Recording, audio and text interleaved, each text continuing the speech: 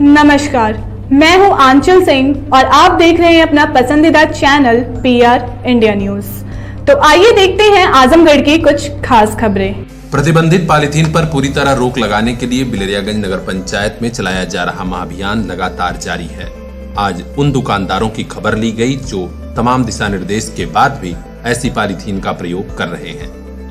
नगर पालिका के अधिशासी अधिकारी सुरेश कुमार और बड़े बाबू मोहम्मद रफीउल्लाह आजमी के नेतृत्व में चल रही टीम ने कुछ ऐसे दुकानदारों का चालान भी किया जो लोग प्रतिबंधित पॉलीथीन का प्रयोग कर रहे थे। 2 दुकानदारों से 300 रुपए का जुर्माना वसूला गया है। शेष सभी दुकानदारों को सख्त दिशा निर्देश दिया गया है कि आप लोग इस अभियान में सहयोग करिए और प्रतिबंधित पॉलीथीन व थर्माकोल का प्रयोग कदापि न करिए। यह लोगों की सेहत के लिए और पर्यावरण दोनों के लिए हानिकारक है। अब देखना है कि इस दिशा निर्देश का कितना और कब तक असर पड़ता है। ब्यूरो चीफ आनंद गुप्ता की खास रिपोर्ट, PR इंडिया न्यूज।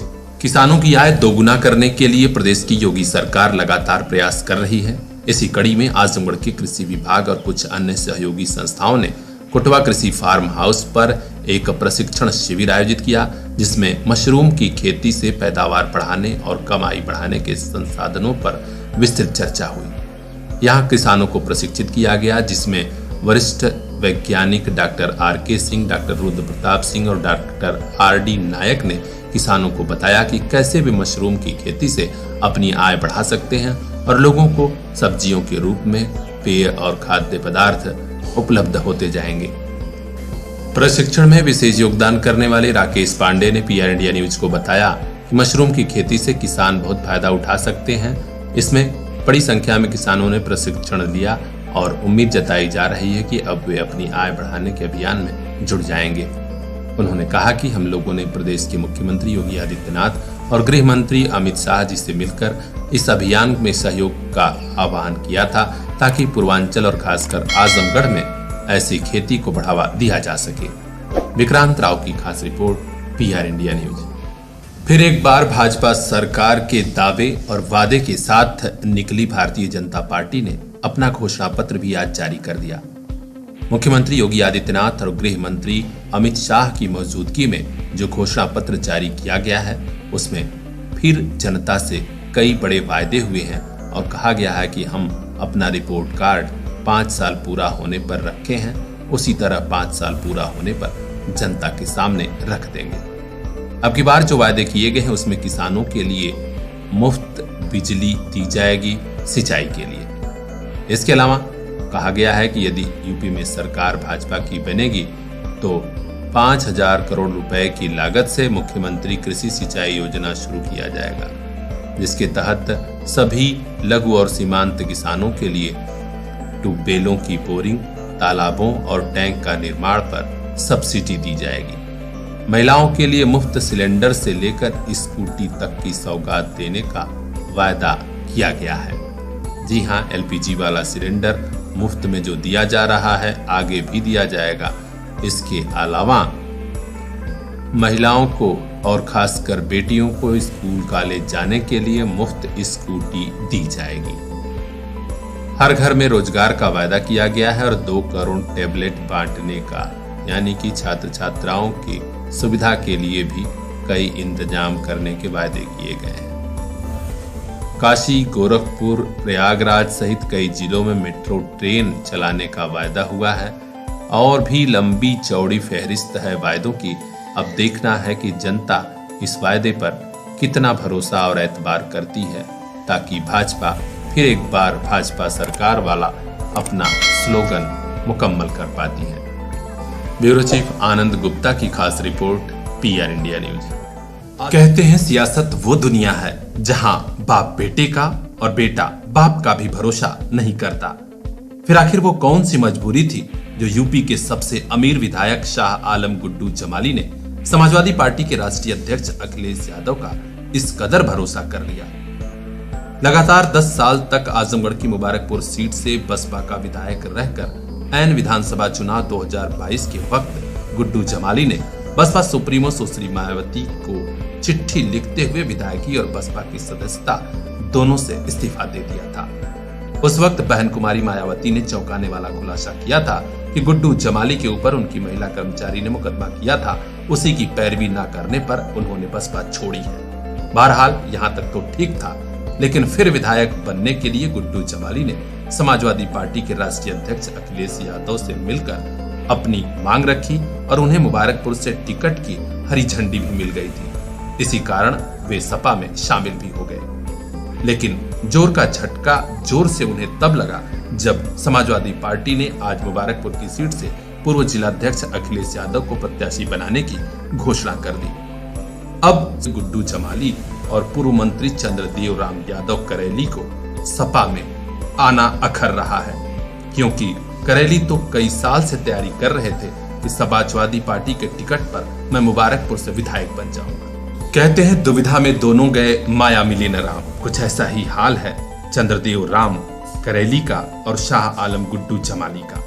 करेली तो निर्दल उम्मीदवार के रूप में भी चुनाव लड़ने से हिम्मत नहीं जुटा पा रहे हैं, लेकिन शाह आलम गुड्डू जमाली ने आज मीडिया से कहा कि मुबारकपुर के मेरे हजारों शुभचिंतक, समर्थक और जनता सभी चाहते हैं, लिहाजा जल्द ही मशवरा करके निर्दल उम्मीदवार के रूप में चुनाव लड़ूंगा। यानी यह तो तय है कि मुबारकपुर में जो भी लड़ेगा शाह आलम गुड्डू जमाली से लड़ेगा और लड़ाई वाकई दिलचस्प होगी। आगे अपडेट क्या हुआ हम बताएंगे आपको। चैनल को सब्सक्राइब कर लीजिए और देखते रहिए PR इंडिया न्यूज। सगड़ी तहसील के देवारांचल में सालों साल बीत जाते हैं, लेकिन विकास का कोई काम नहीं होता। यही वजह है कि जब कहीं कोई ईंट रखी जाती है, देवारा के कई गांव में खुशी की लहर दौड़ पड़ती है। लेकिन आलम यह है कि देवारा वासियों की खुशी में ना जाने किसकी नजर लग जाती है। महाराजगंज के देवारा कदीम गांव में यह सामुदायिक शौचालय बना हुआ है। प्रधानमंत्री जी ने कहा था कि अब घर घर गांव गांव शौचालय होंगे। इसी महाअभियान के तहत महाराजगंज ब्लॉक के देवारा कदीम ग्राम पंचायत में सार्वजनिक शौचालय बन गया। लेकिन वाह रे बीडीओ साहब और वाह रे ग्राम प्रधान और वाह रे सेक्रेटरी, इन तीनों ने इस महाअभियान की ऐसी वाट लगाई है कि सामुदायिक शौचालय का निर्माण पूरा होने के बाद भी यहाँ करीब 2 साल से ताला लटका हुआ है। गांव वालों को मलाल है कि आखिर सामुदायिक शौचालय चालू क्यों नहीं किया जाता। देखिए क्या कहा गांव के जयप्रकाश ने। किस गांव के निवासी है? देवारा कदीम पटपरवा। यहाँ पे सामुदायिक शौचालय बना है जी। क्या ये खुलता है? मैं तो देखा हूँ ताला बंद था। नहीं, इस समय तो ताला बंद है जी। लोग कहते हैं कि मैं आज 1 साल से ड्यूटी मिली है, पैसा हमारा नहीं आया, इसलिए हम लोग नहीं खोल रहे हैं। प्रधान जी कौन है यहाँ पे? प्रधान है शांति देवी। इसके संबंध में आपने अधिकारियों को सूचना दी है? क्या नाम, सेक्रेटरी को मनोज जायसवाल, उनको सूचना दिया, फोन किया, मौके पर जांच करने नहीं आ रहे हैं। कह रहे हैं कि मैं कहा जो उसमें अधूरा है, तो कह रहे हैं कि जो उसमें पैसा जाएगा वही लोग बनवाएंगे जिसकी ड्यूटी लगी है। तो क्या स्थानीय लोगों को इसका लाभ मिल रहा है क्या? और जब खुलेगा तो स्थानीय लोगों को लाभ मिलेगा, नहीं खुलेगा तो क्या लाभ मिलेगा। कितने दिन पहले बना है? अरे लगभग 1 साल हो गया है। कितना पैसा खर्चा हुआ होगा इसमें लगभग? अब उसके तो वही तो कहने का मतलब है, अब कितना पैसा खर्च सब किए होंगे उसको वही बताएंगे, लेकिन लगभग 4 लाख रुपया तो आया था। जो बना वो तो सामने। पूरा गांव परेशान है इन अफसरों की लापरवाही से, इन अफसरों की बेशर्मी से। प्रधान से भी कहा गया, सेक्रेटरी से भी कहा गया, बीडीओ साहब से भी, लेकिन कोई कुछ नहीं कर रहा है। कागजी घोड़े दौड़ाए जा रहे हैं और शौचालय का ताला आज भी बंद है। आज जब PR इंडिया न्यूज की टीम यहां पहुंची और गांव वालों से पूछा तो सभी के चेहरे पर यह दर्द था कि आखिर प्रधानमंत्री जी और मुख्यमंत्री जी क्या क्या करेंगे। इन अफसरों की लापरवाही और बेशर्मी का इलाज क्या होगा। पूरे गांव ने एक साथ आजमगढ़ के जिलाधिकारी अमृत त्रिपाठी से पुरजोर अंदाज में मांग की है कि DM साहब इस मामले को संज्ञान में लीजिए और बंद पड़ा शौचालय का ताला खुलवाइए, ताकि प्रधानमंत्री जी और मुख्यमंत्री जी के घर घर स्वच्छता का अभियान पूरा हो सके। ब्यूरो चीफ बजरंगी विश्वकर्मा की खास रिपोर्ट PR इंडिया न्यूज। मतदान से जुड़ा हर कोई जानता है कि एक एक वोट की बेहद कीमत होती है। इतिहास गवाह है, किसी आजाद भारत में तत्कालीन प्रधानमंत्री अटल बिहारी वाजपेयी की सरकार महज 1 वोट से गिर गई थी। जनता के विकास और देश के विकास के लिए जरूरी है कि एक स्थिर सरकार बने, स्थायी सरकार बने, जो कम से कम 5 साल चलती रहे। यही वजह है कि तमाम संगठन और संस्थाएं मतदाताओं को जागरूक करने के लिए आजकल महाअभियान चला रहे हैं। आजकल इसलिए क्योंकि यूपी में विधानसभा चुनाव 2022 चल रहा है। आजमगढ़ जनपद में भी आज प्रसिद्ध शिक्षण संस्थान डीएवीपीजी कॉलेज कैंपस में नेहरू युवा केंद्र आजमगढ़ के तत्वावधान में मतदाता जागरूकता सम्मेलन का शुभारंभ हुआ। जिला युवा सांस्कृतिक सम्मेलन के नाम से हुए इस आयोजन का शुभारंभ मुख्य अतिथि के रूप में पहुंचे महाराजा सुहेलदेव राज्य विश्वविद्यालय के कुलपति माननीय प्रदीप कुमार शर्मा ने किया। उन्होंने दीप प्रज्वलन कर कार्यक्रम की विधिवत शुरुआत की और कहा कि यह आयोजन वाकई युवाओं के लिए यादगार रहेगा, क्योंकि युवा शक्ति देश की सबसे बड़ी शक्ति होती है। जब आप अच्छे प्रत्याशी को मतदान करें, अच्छे प्रत्याशी को चुन करके सरकार बनाने के लिए भेजें। ये अच्छा प्रत्याशी कौन हो सकता है, ये सब आप पढ़े लिखे सब बच्चे हैं, सब पहचानते हैं। सांस्कृतिक रूप से, शैक्षिक रूप से, सामाजिक रूप से और अपने अन्य क्रियाकलापों के रूप में सब में वो प्रत्याशी खरा उतरना चाहिए, जो अपने मतदाताओं के साथ कंधे से कंधा मिलाकर के साथ खड़ा रहे। चुनने के बाद, चुनने से पहले रोजाना आपसे मिले, पैर भी छुए और चुनने के बाद वो अदृश्य हो जाए। ऐसे मतदाता को नहीं चुनना चाहिए। और इसमें कई बार होता ये है कि आप किसी को नहीं चुनना चाहते, लेकिन वो फिर भी चुना जाता है। वो किस लिए चुना जाता है, उसी के लिए ये कार्यक्रम आयोजित हुआ है।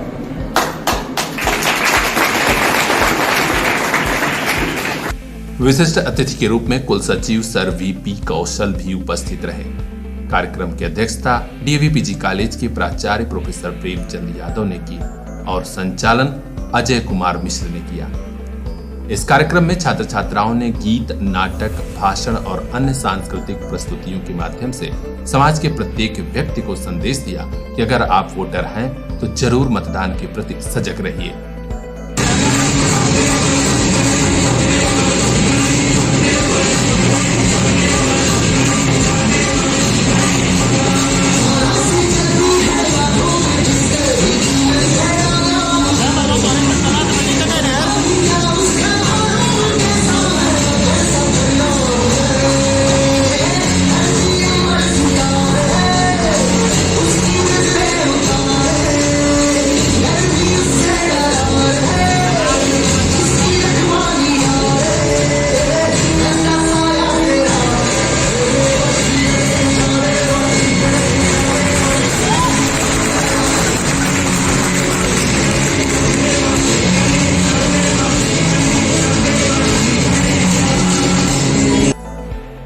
अपने संबोधन में कुलपति प्रोफेसर शर्मा ने बच्चों के प्रस्तुतिकरण की प्रशंसा की और उन्हें एक जलता हुआ दीप बताया।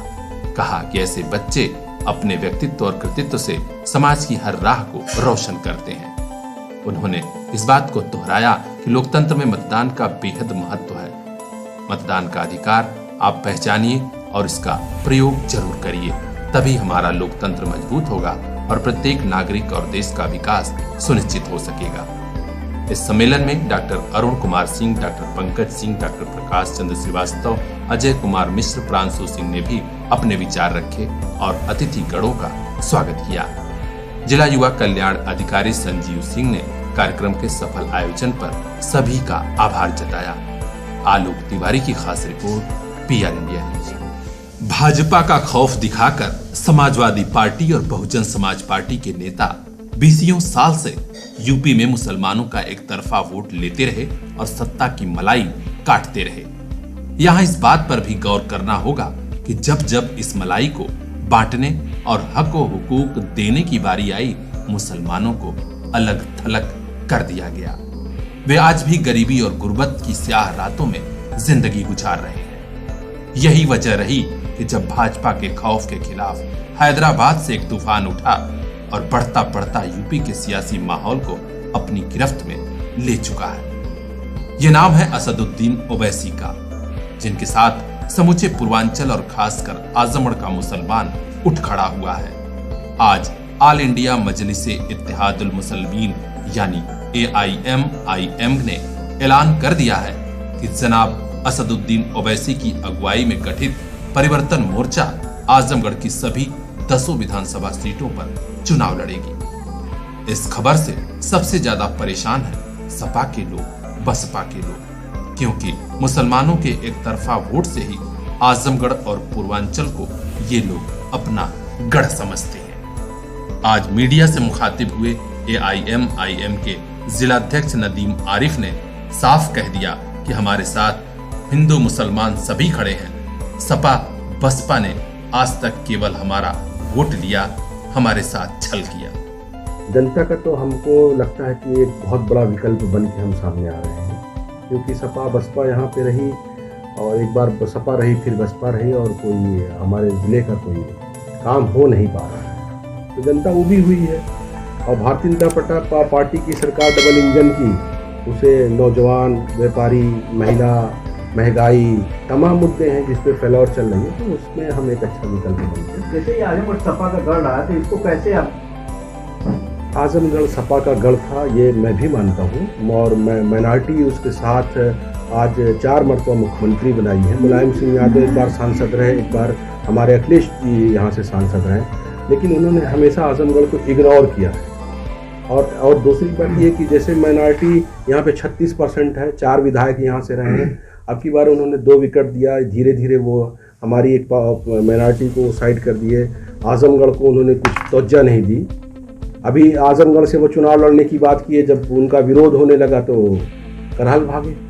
तो अब कैसे माना जाए कि उनका गढ़ है? अगर अखिलेश यादव का गढ़ होता तो यहाँ से चुनाव लड़ते। जिलाध्यक्ष ने इस बात पर भी बड़ी बेबाकी से जवाब दिया कि AIMIM को भाजपा की B टीम कहा जाता है। उन्होंने बड़ा ही लाजवाब अंदाज में जवाब दिया, आप भी सुनिए। वैसे पे हमेशा आरोप लगता है कि भाजपा की B टीम है, क्या जवाब देंगे? बिल्कुल, आप बिल्कुल बहुत सही जवाब दिए। बहुजन समाज पार्टी एक बड़े आंदोलन को खड़े करके 3 मरतबा सरकार में समर्थन देती है, समर्थन लेती है, कोई B टीम नहीं हो सकती है। मुलायम सिंह यादव सदन में खड़े होकर यही आजमगढ़ के सांसद होने के बाद कहते हैं मोदी जी को दोबारा प्रधानमंत्री बनता देखना चाहते हैं। उनके घर की बहू आशीर्वाद लेके भारतीय जनता पार्टी में जाती है। अखिलेश यादव के, आदित्यनाथ योगी के तमाम ट्रेनिंग बने रहते हो, B टीम नहीं है। माइनॉरिटी की कभी कोई क्यादत खड़ी होने की कोशिश किया तो उसे B टीम कहा जाता है। AIMIM पर आरोप लगता है कि हमेशा मुस्लिम पक्ष की बात करते हैं, तो क्या लगता है अन्य वोट आपकी तरफ डाइवर्ट होते हैं? बिल्कुल, बात बिल्कुल सही कहे। Urdu committee, Sachar committee, Ranganathan committee, तमाम कमेटियां ये कहती है कि मुसलमान दलित से भी पिछड़ा चला गया। दलित को आरक्षण मिल गया, वो सदन में भी मौजूद है और वो नौकरियों में मौजूद है। मुस्लिम के पास कोई आरक्षण नहीं। तमाम पार्टियां इस बात पे खामोशी रखना लेती हैं। तो MIM उन बहुत पिछड़े लोगों के लिए अगर बात करती तो क्या गलत है? बाकी हम शोषित वंचित समाज को लेके चल रहे हैं। हमारे टिकट बंटवारे को देख लीजिए, पंडित, ठाकुर, बनिया, कुहार, लोहार, धोबी, नाऊ, हर बिरादरी जो शोषित वंचित है, तमाम लोगों को टिकट बंटवारे में दिया। जैसे आपका प्रत्याशी उठाया है आपकी तरफ से या विधानसभा में, तो क्या मुस्लिम वोट कन्वर्ट होगा? मुस्लिम वोट तो कन्वर्ट नहीं होगा। मुस्लिम वोट एक तरफा जा रहा है। मुस्लिम वोट एक तरफा जा रहा है, ये एकदम 100% है। और मैं ये जानना चाहता हूँ कि जब से माननीय नरेंद्र मोदी की सरकार बनी है, मुस्लिम मुद्दे सांसद में आते रहे, NRC का मुद्दा रहा हो, 3 तलाक का मुद्दा रहा, तमाम मुद्दे पे तमाम लोग खामोश थे। सिर्फ बैरिस्टर असदुद्दीन ओवैसी ने उन्होंने 5 साल आवाज उठाई। तो हमको लीडरशिप ऐसी चाहिए जो हमारा प्रतिनिधित्व कर सके। तो MIM तो एकदम 100% हकदार है माइनॉरिटी की तरफ वोट पाने का। उत्तर प्रदेश और खासकर पूर्वांचल में असदुद्दीन ओवैसी के उठे तूफान ने सपा बसपा के नेताओं की नींद उड़ा दी है। कहते हैं डर से बड़ा डर का डर होता है। भाजपा का डर दिखाकर आज तक मुसलमानों को गुमराह किया जाता रहा, लेकिन अब ऐसा नहीं होने वाला है। पार्टी के नेताओं ने और खासकर असदुद्दीन ओवैसी के अंदाज और तैयारी को देखकर लग रहा है कि खैरात की तरह बंटने वाला मुसलमानों का वोट अब इस तरह नहीं बटेगा। इसकी गवाही खुद यूपी में विधानसभा चुनाव के रिजल्ट दे देंगे। क्योंकि अब तक चले जाने का अफसोस सभी को है। IMIM की तूफान से कौन कौन परेशान हुआ हम आपको बताएंगे, दिखाएंगे। देखते रहिए PR इंडिया। देखिए, सबसे अहम मुद्दा, मैं जिस जगह से बिलोंग करता हूँ, मेरी पहली पहचान एक इदारा रहा है, एक तालीम का सेंटर रहा है। आप ज़िले में नज़र उठाकर देख लीजिए, शिवली कॉलेज 100 साल से ऊपर का इतिहास समेटे हुए है और 100 सालों में 40 साल जो सदर मौजूदा विधायक हैं, क्या हकीकतन आप बताइएगा कभी इन्होंने आवाज़ बुलंद की? क्या आजमगढ़ को विश्वविद्यालय की ज़रूरत नहीं थी? आज तक इनकी आंखें नहीं खुली? क्या आजमगढ़ को स्वास्थ्य की बेहतर ज़रूरत नहीं थी? आप चले जाइए, हम अभी हाल का वाक़या बता दे रहे हैं, PGI के नाम पे आप चले जाइए, वहाँ मरीजों को भर्ती किया जाता है, 2-2 दिन तक कोई पूछता नहीं। इसका जिम्मेदार कौन है? स्वास्थ्य के साथ हमारे खिलवाड़ हो रहा है, हमारी शिक्षा के साथ खिलवाड़ हो रहा है, हमारे आवागमन के जो संसाधन है, जो साधन है, उसके साथ खिलवाड़ हो रहा है। कभी कोई चीज़, आप ये बाढ़ का मौसम था, ये बाढ़ जो बरसात में आपने देखी होगी कि शहर के हर गली हर मोहल्ले में आपको पानी नजर आया होगा। कहाँ थे विधायक जी? कहाँ थी और तमाम पॉलिटिकल पार्टियां जो विकास का नारा दे रही हैं? कितना जन समर्थन मिल रहा है? देखिए, जन समर्थन तो अपार मिल रहा है और इंशाल्लाह ये जो है आने वाला जो 10 तारीख है आने वाली, वो उस दिन आजमगढ़ ही नहीं पूरे उत्तर प्रदेश को पता चल जाएगा। सभा विधायक हैं 40 साल से, क्या ये नहीं लगता है कि आपकी चुनौती होंगे या आसान सफर है? नहीं, चुनौती, देखिए राजनीति में तो चुनौतियाँ स्वीकार करनी ही पड़ेंगी और जब मंजिल की तलाश हो तो सफ़र नहीं देखे जाते कि सफ़र में कांटे हैं या पत्थर हैं, रास्ते अब खुद ब खुद हमवार हो जाते हैं। मंजिल को किस तरह से जीतेंगे? मंजिल आप लोगों की दुआएं रहेंगी, आप लोग का साथ रहेगा, तमाम जनता का प्यार रहेगा, तो इंशाल्लाह मंजिल भी आसान है। विधानसभा चुनाव 2022 में शांतिपूर्ण, सुरक्षा और भयमुक्त वातावरण बनाने के लिए आजमगढ़ का पुलिस प्रशासन जी जान से लगा हुआ है। आज अपर पुलिस अधीक्षक नगर श्री शैलेंद्र लाल और क्षेत्राधिकारी नगर श्री सिद्धार्थ तोमर के अलावा कई थानों के प्रभारी और शहर कोतवाल के नेतृत्व में फ्लैग मार्च हुआ। पुलिस दल ने जगह जगह भ्रमण कर जनता को भरोसा दिलाया कि भयमुक्त होकर अपने मताधिकार का प्रयोग करिए। पुलिस प्रशासन हर गतिविधि और घटना से निपटने में सक्षम है। आनंद गुप्ता की खास report, PR India news. Azamgarh के समस्त छात्र छात्राओं और अभिभावकों को ज्ञान की देवी मां सरस्वती के महापर्व वसंत पंचमी की हार्दिक शुभकामनाएं। केमिस्ट्री वाले राहुल सर, आजमगढ़ वाले राहुल सर। जी हाँ, CBSE व UP बोर्ड 11-12 के अलावा BSc first year, second year व फाइनल ईयर की शानदार कोचिंग राहुल सर की। पुराना पावर हाउस के सामने, रैदोपुर, आजमगढ़। तुरंत कांटेक्ट कीजिए नए बैच के लिए 9889470062। कुछ बनने की ख्वाहिश है तो बन कर दिखाइए, बेवजह अपना समय मत गवाइए। राहुल सर, आजमगढ़।